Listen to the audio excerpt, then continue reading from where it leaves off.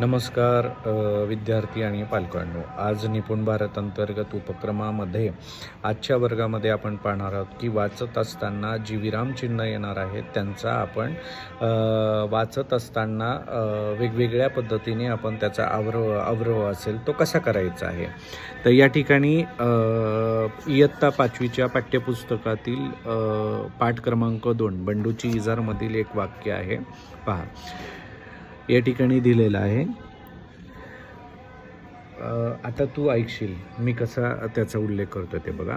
आई इजार जरा 4 बोटं कापून टाक घालतीस का. पावर का क्वेश्चन मार्क इथं आलेला आहे. त्यानंतर अर्धविराम या ठिकाणी चिन्ह आलेली आहेत.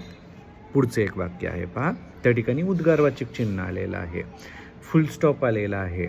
ओके, तर पहा, ठेव तिकडं तुझी इजार, हिथं वैरण कापून कापून माझ्या हाताचं तुकडं पडल्यात. कळलं?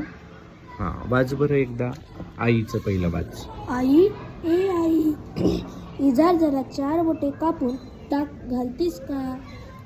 टाक अनुस्वारांवरती, टाक घालतीस का. टाक टाक म्हणजे उदाहरणार्थ हे टाक.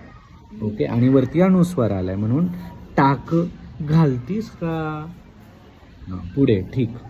ठेव तिकडे तुझं इजार, हिथं वैरण कापून कापून माझ्या हाताचं तुकडं पडल्यात. तुकडं पडल्यात. हे कोणतं चिन्ह आहे? उद्गारवाचक. हे कोणतं चिन्ह आहे? प्रश्नचिन्ह. येस. अशा पद्धतीने पहा पालकांना, तुम्हाला काय करायचं आहे की विद्यार्थ्यांना वाचून दाखवा. जर तुमच्या लक्षात येत नसेल तर वेगवेगळ्या प्रकारचे अभ्यासमाला आपल्याला दिलेले आहेत, त्या व्हिडिओमध्ये दिलेल्या आहेत. तसं फक्त त्यांना समजून सांगा आणि अशा पद्धतीने त्यांच्याकडून वाचन करून घ्या. म्हणजे त्यामधील आरोह अवरोह जो असेल ते आपल्या लक्षामध्ये येईल आणि विद्यार्थ्याच्या पण लक्षामध्ये येईल.